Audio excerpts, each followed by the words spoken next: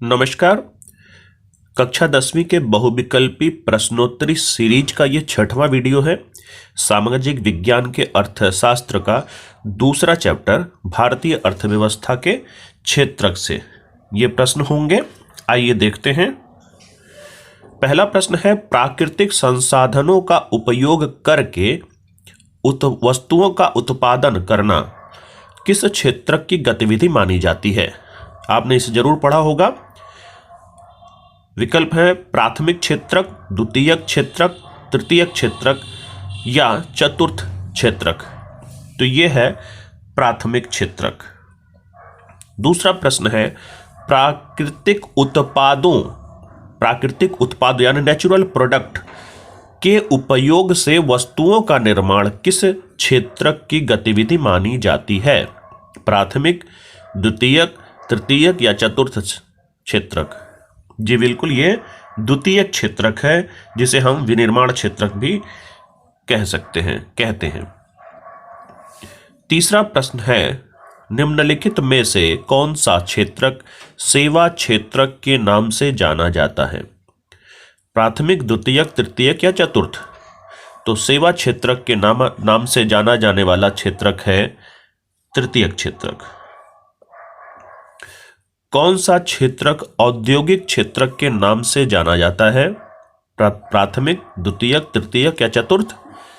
तो औद्योगिक क्षेत्रक में वस्तुओं का निर्माण होता है, जहां वस्तुएं बनाई जाती हैं, और आपको पता है कि वस्तुएं बनाई जाती हैं द्वितीयक क्षेत्रक में। तो सही विकल्प है द्वितीयक क्षेत्रक। पांचवा प्रश्न है, कौन सा क्षेत्रक कृषि और सहायक क्षेत्रक के नाम से जाना जाता है? प्राथमिक, द्वितीयक, तृतीयक या चतुर्थ? तो आप जानते हैं कि प्राकृतिक संसाधनों का उपयोग करके वस्तुओं का उत्पादन करना यह प्राथमिक क्षेत्रक का कार्य है, यानी प्राथमिक क्षेत्रक को ही कृषि और सहायक क्षेत्रक के नाम से जानते हैं। विकल्प ए सही है। प्रश्न 6वां है, निम्नलिखित में से कौन से क्षेत्रक में वस्तुओं का उत्पादन नहीं होता बल्कि यह वस्तुओं के उत्पादन में सहायता प्रदान करता है? प्राथमिक, द्वितीयक, तृतीयक या चतुर्थ? तो आपको पता है कि जो तृतीयक, उसमें किसी भी वस्तु का उत्पादन नहीं होता बल्कि वस्तुओं के उत्पादन में यह सहायता प्रदान करती है। तो सही उत्तर है तृतीयक क्षेत्रक। प्रश्न नंबर 7, एक परिस्थिति दी हुई है, कंडीशन दी हुई है। एक व्यक्ति मुर्गी पालन कर अंडे का उत्पादन करता है, वह किस क्षेत्रक से संबंधित कार्य कर रहा है? तो आप जानते हैं कि प्राकृतिक संसाधनों का उपयोग करके वस्तुओं का उत्पादन करना ये प्राथमिक क्षेत्रक का गुण है। तो इसमें सीधे सीधे आप ये जान सकते हैं, उत्तर है प्राथमिक क्षेत्रक। निम्नलिखित में से कौन सा प्राथमिक क्षेत्रक की गतिविधि नहीं है? कृषि कार्य, पशुपालन, मत्स्य पालन और भूमि की बिक्री। तो आप जानते हैं कृषि कार्य, पशुपालन और मत्स्य पालन ये सभी प्राथमिक क्षेत्रक के ही अंग माने जाते हैं, किंतु भूमि की बिक्री यह इसका अंग नहीं है। अतः उत्तर होगा भूमि की बिक्री, विकल्प डी। प्रश्न नंबर 9 है, निम्नलिखित में से कौन सा द्वितीयक क्षेत्रक की गतिविधि नहीं है? कृषि उपकरणों का निर्माण, बैंक से ऋण देना, कपास से सूत काटना और गन्ने के रस से गुड़ बनाना। तो आप जानते हैं द्वितीयक क्षेत्रक में प्राकृतिक उत्पादों का प्रयोग करते हुए किसी नई वस्तु का, वैल्यूएबल यानी मूल्यवान वस्तु का निर्माण करना ही द्वितीयक क्षेत्रक का कार्य है। इसीलिए इसे मैन्युफैक्चरिंग सेक्टर या विनिर्माण क्षेत्रक के नाम से भी जानते हैं। तो इसमें विकल्प ए, विकल्प सी और विकल्प डी, इन तीनों में ही किसी वस्तु का निर्माण हो रहा है, जबकि विकल्प डी, विकल्प बी, वह बैंक से ऋण देना, यह सेवा क्षेत्रक का कार्य है। तो उत्तर होगा बैंक से ऋण देना, विकल्प बी। प्रश्न नंबर 10 है, निम्नलिखित में से कौन सा तृतीयक क्षेत्रक की गतिविधि नहीं है? यानी इनमें से 3 तृतीयक क्षेत्रक की गतिविधि है और 1 नहीं है? देखते हैं विकल्प। परिवहन, बी जीवन बीमा, सी फर्नीचर निर्माण, डी चिकित्सा सुविधा। तो आप जानते हैं इसमें फर्नीचर निर्माण हो रहा है, तो निर्माण का कार्य द्वितीयक क्षेत्रक या मैन्युफैक्चरिंग सेक्टर का उदाहरण है। तो यहां उत्तर होगा विकल्प सी फर्नीचर निर्माण। 11वां प्रश्न है, सार्वजनिक एवं निजी क्षेत्रक निम्नलिखित में से किस आधार पर विभाजित हैं? तो सार्वजनिक क्षेत्रक, जिसे हम लोग पब्लिक सेक्टर के नाम से जानते हैं, और निजी क्षेत्रक यानी जिसे हम लोग प्राइवेट सेक्टर के नाम से जानते हैं, तो ये किस आधार पर विभाजित होते हैं? विकल्प देखते हैं। रोजगार की शर्तों के आधार पर, आर्थिक गतिविधियों के स्वभाव के आधार पर, उद्यम के स्वामित्व के आधार पर, और डी है उद्यम में नियोजित श्रमिकों की संख्या के आधार पर। तो आप जानते हैं कि सार्वजनिक क्षेत्रक जो होता है वह सरकार के स्वामित्व के अंडर आता है, जबकि निजी क्षेत्रक यानी प्राइवेट सेक्टर किसी निजी व्यक्ति के अंडर में होते हैं। तो यहाँ उद्यम के स्वामित्व के आधार पर ही इन्हें विभाजित किया जाता है। विकल्प सी सही उत्तर है। 12वां प्रश्न देखते हैं, किसी वर्ष में उत्पादित खाली स्थान के कुल मूल्य को सकल घरेलू उत्पाद कहते हैं?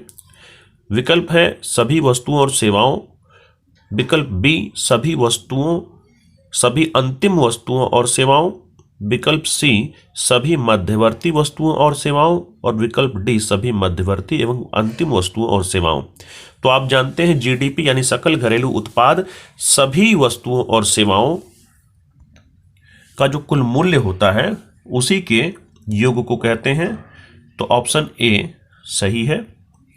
प्रश्न नंबर 13 है बच्चों, निम्नलिखित विकल्पों में से विषम की पहचान करें, यानी जो इसमें से अलग है।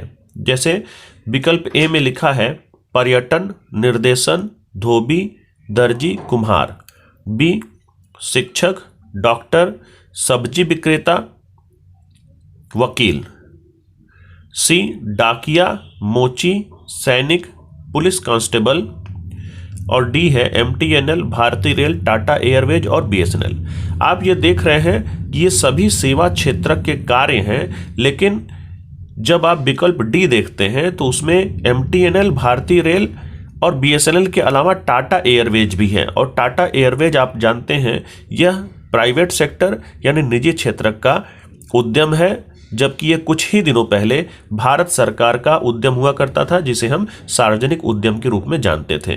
तो विकल्प डी जो है ये विषम है और यही सही उत्तर भी है।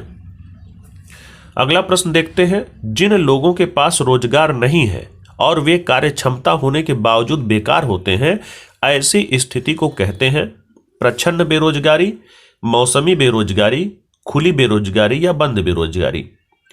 तो जो लोग काम करना चाहते हैं, उनके पास कार्य क्षमता है लेकिन काम नहीं है, तो उन्हें खुला बेरोजगार या खुली बेरोजगारी के अंतर्गत रखा जाता है। विकल्प सी सही है। अगला प्रश्न है, यदि कुछ श्रमिकों को कृषि कार्य से निकालने के बाद भी उत्पादन प्रभावित नहीं होता तो ऐसी स्थिति को कहते हैं, यानी कि वो लोग कार्य कर रहे थे तो भी उत्पादन बराबर था और निकाल दिए गए तो भी उत्पादन पे कोई फर्क नहीं पड़ा। इसका मतलब उनके होने और ना होने का कोई मतलब नहीं था, वो बेरोजगार थे। तो इस तरह की बेरोजगारी को देखते हैं, क्या कहते हैं, खुली बेरोजगारी, बंद बेरोजगारी, प्रच्छन्न बेरोजगारी या मौसमी बेरोजगारी। इसे सी कहेंगे प्रच्छन्न बेरोजगारी। इसी को अल्प बेरोजगारी के नाम से जानते हैं, इसी को छुपी हुई बेरोजगारी के नाम से भी जानते हैं बच्चों।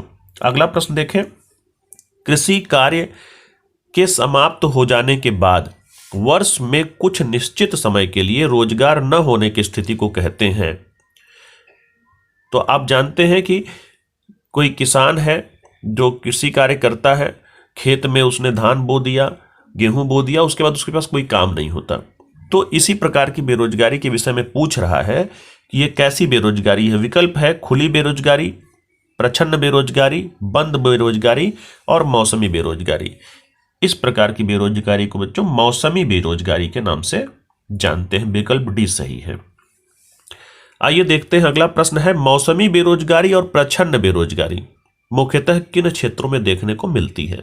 शहरी क्षेत्रों में, ग्रामीण क्षेत्रों में, दोनों क्षेत्रों में, या इनमें से कोई नहीं? तो आप जानते हैं मौसमी बेरोजगारी और छुपी हुई बेरोजगारी, जिसे प्रच्छन्न बेरोजगारी कहते हैं, यह अक्सर ग्रामीण क्षेत्रों में ही देखने को ज्यादा मिलती है। अगला प्रश्न देखें, महात्मा गांधी राष्ट्रीय ग्रामीण रोजगार गारंटी अधिनियम कब लागू हुआ? इसे हम लोग अक्सर मनरेगा के नाम से जानते हैं और यह रोजगार देने के लिए भारत सरकार के द्वारा बनाया गया एक कानून है। ये कोई योजना नहीं है, कानून है। इसे याद रखेंगे, कानून का पालन अवश्य किया जाना चाहिए, यानी इन्हें रोजगार अवश्य मिलना चाहिए। तो ये कब लागू किया? वर्ष 2003, 2004, 2005 और 2006।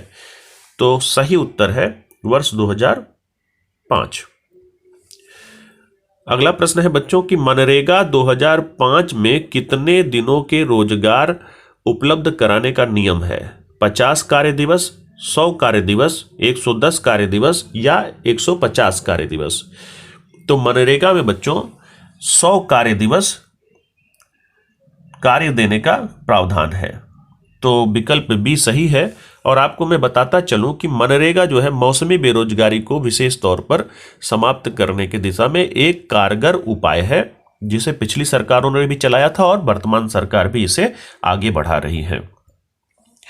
अगला प्रश्न देखें, इस श्रृंखला का 20वां प्रश्न है, निम्नलिखित में से कौन सा संगठित क्षेत्र की विशेषता नहीं है?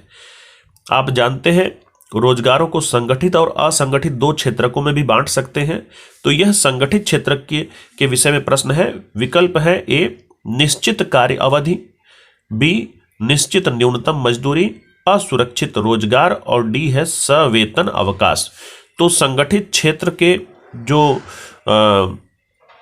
जो विशेषता है उसमें एक विशेषता यह नहीं है कि असुरक्षित रोजगार, यानी कि उसमें रोजगार की भी सुरक्षा होती है और बाकी ए, बी और डी जो विशेषता है ये भी संगठित क्षेत्र की ही विशेषता है। तो विकल्प सी सही है। आइए आगे बढ़ते हैं। एक प्रश्न है आप सबके लिए, असंगठित क्षेत्र की क्या विशेषताएं होती हैं? आप इस प्रश्न का उत्तर कमेंट सेक्शन में लिखकर दे सकते हैं बच्चों। और इन प्रश्नों को आप आपने जो सीरीज चल रही है उसे ध्यान से देखें।